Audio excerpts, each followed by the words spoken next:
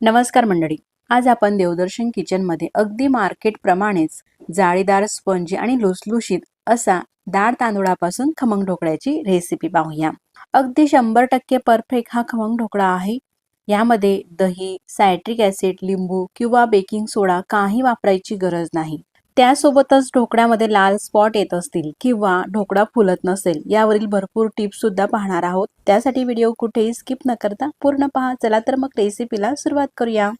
तर सगळ्यात आधी एक पसरट भांडं घ्यायचं आहे आणि ही घरातली जी आपली रेग्युलर भाजीची वाटी असते ना, त्या वाटीच्या प्रमाणानेच मी तुम्हाला हे ढोकळ्याचं साहित्य दाखवत आहे. या वाटीनेच रेशनचा तांदूळ घेतलेला आहे. 2 वाटी हा रेशनचा तांदूळ घेतलेला आहे. रेशनचा तांदूळ जर का नसेल तुम्ही कुठलाही जाड तांदूळ घेऊ शकता, जुना किंवा कोलम तांदूळाचा सुद्धा खमंग ढोकळा छान येतो. त्याच वाटीने 1 वाटी हरभऱ्याची डाळ आणि 2 चमच पांढरी उडदाची डाळ घ्यायची आहे. सगळं एकाच बाउलमध्ये टाकलं. त्यानंतर यामध्ये पाणी टाकायचे आणि स्वच्छ असे धुवून घ्यायचे आहे. रेशनचा तांदूळ आहे. रेशनचा तांदूळ हा काळपट असतो, म्हणून 3 ते 4 पाण्याने हा जो तांदूळ आहे अशा प्रकारे पाण्यामध्ये सोडत धुवून घेते.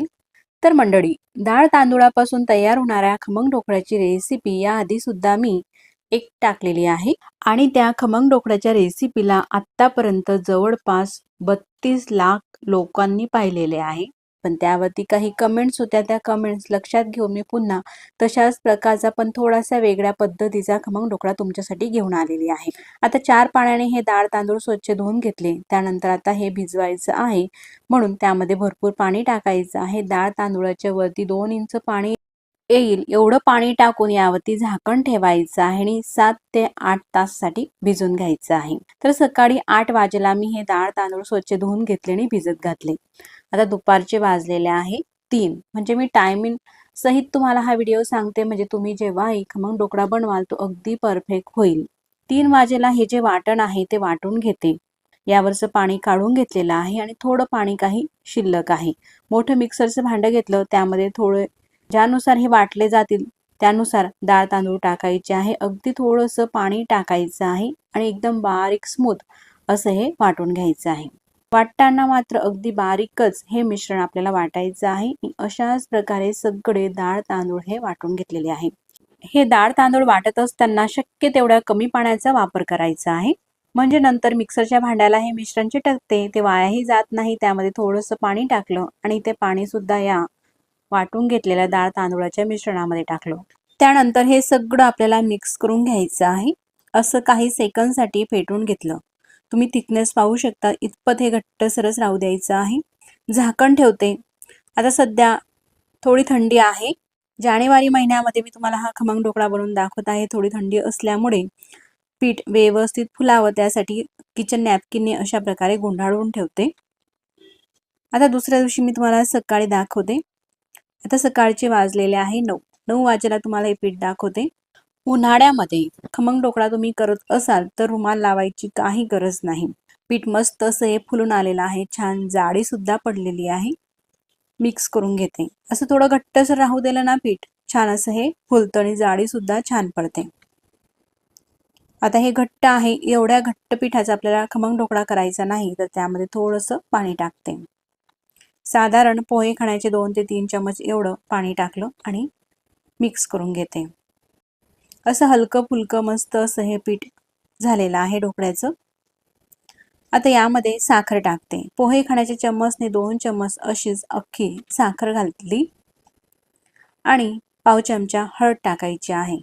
सोबतच चवीनुसार मीठ टाकायचं आहे आणि त्यानंतर पोहे खाण्याच्या चम्मचने सांगायचं झालं तर साधारण 3 ते 4 चमच एवढं तेल टाकायचं आहे. मीडियम साईजचा 1 चमच, साधारण 1 पळी तेल टाकलं आणि सगळं हे आपल्याला मिक्स करून घ्यायचं आहे. तर मैत्रिणींनो, हळद आपल्याला ही कमी वापरायची आहे. हळद आणि बेकिंग सोडा आपण जेव्हा वापरतो ना, तेव्हा खमंग ढोकळ्यामध्ये लालसर स्पॉट येतात आणि हा डाळ तांदूळाचा ढोकळा आहे. यामध्ये जर का हळद आपण कमी टाकली एवढे, तर ढोकळा हा पांढरट येतो. ढोकळ्याला अगदी मार्केट सारखा रंग यावा त्यासाठी थोडासा खाण्याचा फ्रूट रंग यामध्ये मी टाकते. हा जेल रंग आहे, जे केक वगैरे बनवण्यासाठी आपण वापरतो ना, त्या रंगाचा मी वापर करते. फक्त 2 थेंब रंगाचे टाकले आणि मिक्स करून घेते. तुमच्याकडे नसेल किंवा टाकायचा नसेल तर तुम्ही स्किप सुद्धा करू शकतात, पण हळद मात्र जास्त वापरू नका. असं हे मिश्रण तयार झालेला आहे. झाकण ठेवून असंच राहू देऊ. तोपर्यंत गॅसवरती स्टीमर ठेवायचा आहे. पसरट कढई घेतली, त्यामध्ये पाणी टाकलेलं आहे साधारण 2 ते 2.5 ग्लास आणि अशा प्रकारचं स्टँड ठेवायचं आहे. गॅस चालू केलेला आहे. पाण्याला उकळी येत आहे तोपर्यंत आपल्याला ज्या ताटामध्ये खमंग ढोकळा करायचा आहे त्या ताटाला तेल सुद्धा लावून घ्यायचं आहे. आता पाण्याला सुद्धा उकळी आलेली आहे. ताट हे कढईमध्ये ठेवून घेते.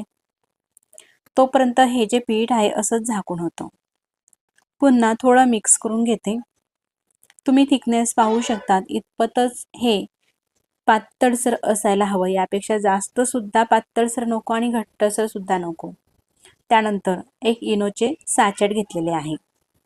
तर इनो घेताना आपल्याला हा लेमन फ्लेवरमध्येच घ्यायचा आहे. दुसऱ्या फ्लेवरचा घेऊ नका. घेतलास तर ढोकळ्याची चव वेगळीच लागेल. इनोचे सॅचेट टाकलेले आहे. इनो छान असा ॲक्टिवेट व्हावा त्यासाठी थोडंसं वरतून पाणी टाकलं आणि अगदी फास्ट मिक्स करून घेतलं. तर मैत्रिणींनो, याआधी आपल्या चॅनलवरती डाळ तांदूळाच्या खमंग ढोकळ्याची जी रेसिपी अपलोड केलेली आहे ती खूप अशी व्हायरल झालेली आहे. त्यामध्ये मी दही वापरलेलं होतं. पण बऱ्याच ताईंची कमेंट्स यायची का ताई यामध्ये जर का दही नाही टाकलं तर खमंग ढोकळा कसा होतो, म्हणून मी या खमंग ढोकळ्यामध्ये दही वापरत नाही. अगदी फास्ट हे मिश्रण मिक्स करून घेतलेलं आहे. त्यानंतर या ताटामध्ये ओतायचं आहे. गॅस आपल्याला मोठाच राहू द्यायचा आहे आणि मोठ्या गॅसवरतीच झाकण ठेवायचं आहे. 15 ते 20 मिनिटांसाठी हा ढोकळा आपल्याला वाफवून घ्यायचा आहे. आता ढोकळा हा शिजत आहे तोपर्यंत ढोकळ्यासोबत खाल्ली जाणारी चटणी सुद्धा आपण करून घेऊया. तर अशा ह्या ग्रीन चटणीसाठी लागणारं साहित्य अशी ही लहान वाटी आहे. त्या लहान वाटीने फुटाण्याची डाळ घेतलेली आहे. यालाच काही भागामध्ये डाळवं सुद्धा म्हटलं जाते. त्यानंतर थोडी पुदिन्याची पानं आणि थोडा कोथिंबीर. देठासकट घ्यायची आहे कोथिंबीर, म्हणजे चव छान येते. चवीनुसार हिरव्या मिरच्या, मी 2 मिरच्या घेतलेल्या आहे आणि अर्धा इंच आल्याचा तुकडा आणि 4 ते 5 लसूणच्या पाकळ्या. आता हे जे घेतलेलं साहित्य आहे आपल्याला मिक्सरच्या भांड्यामध्ये टाकायचं आहे. लहान असं चटणीचं हे मिक्सरचं भांडं घेतलं. त्यामध्ये कोथिंबीर, पुदिन्याची पानं, हिरवी मिरची, आलं, लसूण, त्यासोबतच घेतलेली फुटाण्याची डाळ सुद्धा टाकायची आहे.